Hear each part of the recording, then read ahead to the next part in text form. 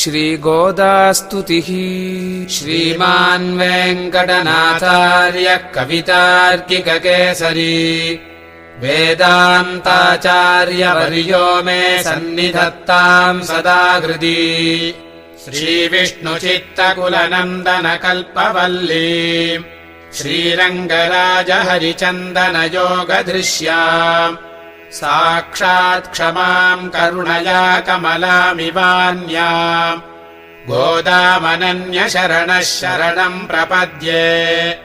श्रीविष्णुचित्तकुलनन्दनकल्पवल्ली श्रीरङ्गराजहरिचन्दनयोगदृश्याम् साक्षात् क्षमाम् करुणया कमलामिवान्याम् गोदामनन्यशरणः शरणम् प्रपद्ये। वैदेशिकश्रुतिगिरामपि भूयसीनाम् वर्णेषु मातिमहिमा नहि मादृशाम् ते। इत्थम् विदम् तमपि माम् सहसैव गोदे मौनद्रुहो मुखरयन्ति गुणास्त्वदीयाः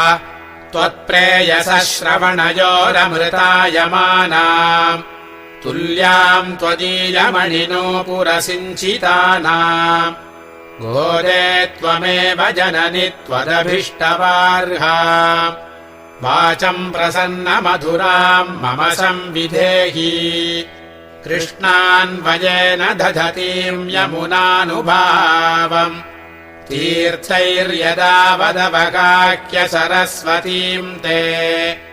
गोदे विकस्वरधियाम् भवती कटाक्षात् वाचः स्फुरन्ति मकरन्दमुचः कवीनाम् अस्मादृशामपकृतौ चिरदीक्षितानाम् अह्नाय देवि दयते यदसौ मुकुन्दः तन्निश्चितम् नियमितस्तव मौलिदाम्ना तन्द्रीनिनादमधुरैश्च गिराम् निकुम्भैः शोणाधरेऽपि कुचयोरपि तुङ्गभद्रा वाचाम् प्रवाहनिवहेऽपि सरस्वती त्वम् अप्राकृतैरपि रसैर्विरजा स्वभावात् गोदापि देवि कमितुर्ननु नर्मदासि वल्मीकतः श्रवणतो वसुधात्मनस्ते जातो बभूव स मुनिः कवि सार्वभौमः गोदे किमद्भुतमिदम् यदमीस्वदन्ते वक्त्रारविन्दमकरन्दनिभाः प्रबन्धाः भोक्तुम् तव प्रियतमम् भवतीव गोदे भक्तिम् निजाम् प्रणय भावनया गृणन्तः उच्चावशैर्विरहसङ्गमजैरुदन्तैः शृङ्गारयन्ति हृदयम् गुरवस्त्वदीयाः मातः समुत्थितवतीमधिविष्णुचित्तम् विश्वोपजीव्यममृतम् वचसा दुहाना तापच्छिदम् हिमरुचेरिव मूर्तिमन्या सन्तः पयोधिदुहितुः सहजाम् विदुस्त्वाम् तातस्तु ते मधुभितस्तुतिलेशवश्यात् कर्णामृतैः श्रुतिशतैरनवाप्तपूर्वम् त्वन्मौलिगन्धसुभगामुपहृत्य माला लेभे महत्तरपदानुगुणम् प्रसादम् दिग्दक्षिणापि परिपक्त्रिमपुण्यलभ्यात् सर्वोत्तरा भवति देवि तवावतारात् यत्रैव रङ्गपतिना बहुमानपूर्वम् निद्रालुनापि नियतम् निहिताः कटाक्षाः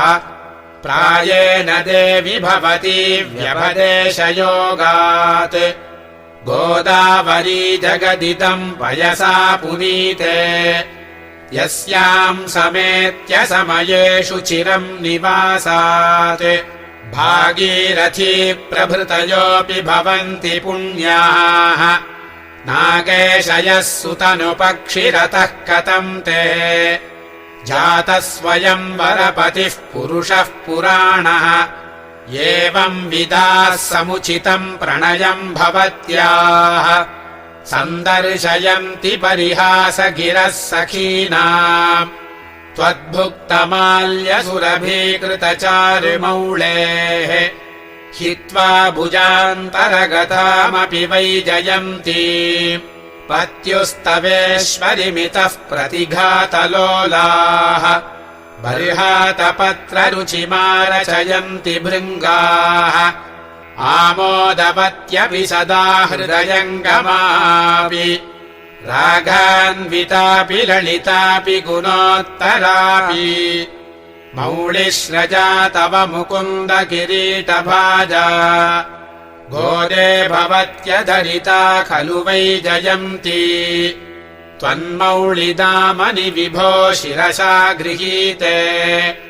स्वच्छन्दकल्पितसपीतिरसप्रमोदाः मञ्जुस्वना मधुलिहो विदधुः स्वयम् ते स्वायम्वरम् कमपि मङ्गलतूर्यघोषम् विश्वायमानरजसा कमलेन नाभौ वक्षस्थले च कमलास्तनचन्दनेन आमोदितोऽपि निगमैर्विभुरङ्घ्रियुग्मे धत्तेन तेन शिरसा तव मौलिमालाम् चूडापदेन परिगृह्य तवोत्तरीयम् मालामपि त्वदळहैरधिवास्य दत्ताम् प्रायेण रङ्गपतिरेष बिभर्ति गोदे सौभाग्यसम्पदभिषेकमहाधिकारम् तुङ्गैरकृत्रिमगिरः स्वयमुत्तमाङ्गैः यम् सर्वगन्ध इति सादरमुद्वहन्ति आमोदमन्यमधिगच्छति मालिकाभिः सोऽपि त्वदीयकुटिलालकवासिताभिः धन्ये समस्तजगताम् पितुरुत्तमाङ्गे त्वन्मौलिमाल्यभरसम्भरणेन भूयः इन्दीवरस्रजमिवातदधि त्वदीयानि आकेकराणि बहुमानविलोकितानि रङ्गेश्वरस्य तव च प्रणयानुबन्धात् अन्योन्यमाल्यपरिवृत्तिमभिष्टुवन्तः वाचालयन्ति वसुधे रसिकास्त्रिलोकीम् न्यूनाधिकत्वसमता विषयैर्विवादैः दूर्वादलप्रतिमया तव देहकान्त्या गोरोचना रुचिरया च रुचेन्दिरायाः आसीदनुज्झितशिखावळकण्ठशोभम् माङ्गल्यदम् प्रणमताम् मधुवैरिगात्रम् अर्च्यम् समर्च्य निगमैर्निगमप्रसूनैः नाथम् त्वया कमलया च समेयिवांसम्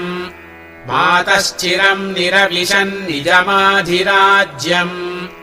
मान्यामनुप्रभृतयोऽपि महीक्षितस्ते आर्द्रापराधिनि जनेऽप्यभिरक्षणार्थम् रङ्गेश्वरस्य रमया विनिवेद्यमाने पार्श्वे परत्र भवति यदि तत्र नासीत् प्रायेण देवि वदनम् परिवर्तितम् स्यात् गोदे गुणैरपरयन् प्रणतापराधान् भ्रूक्षेपयेव तव भोगरसानुकूलः कर्मानुबन्धिबलदानरतस्य भर्तुः स्वातन्त्र्यदुर्यसनमर्मविदानिदानम् रङ्गे तटिद्गुणवतो रमयैव गोदे कृष्णाम्बुदस्य घटिताम् कृपया सुवृष्ट्या दौर्गत्य दुर्विषविनाशसुधा नदीम् त्वाम् सन्तः प्रपद्य शमयन्त्यचिरेण तापान्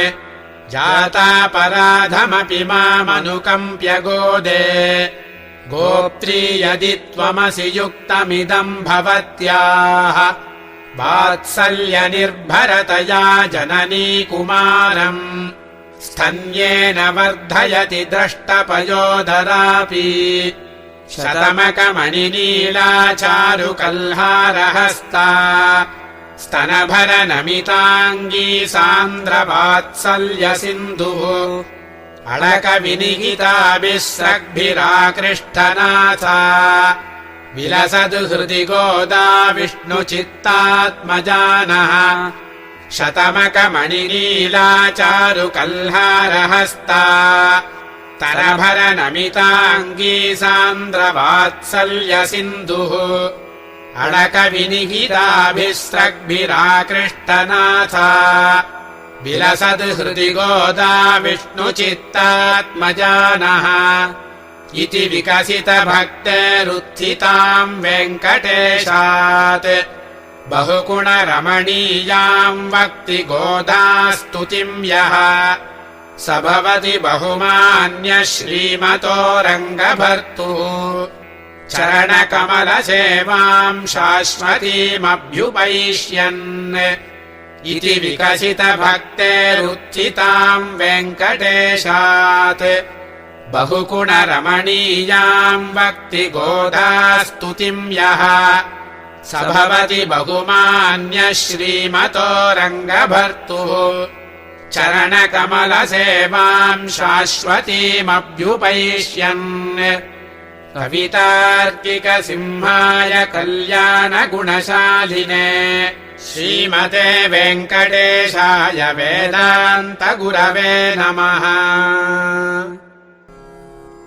हरे कृष्ण कृष्ण कृष्ण हरे हरे हरे राम राम राम हरे हरे।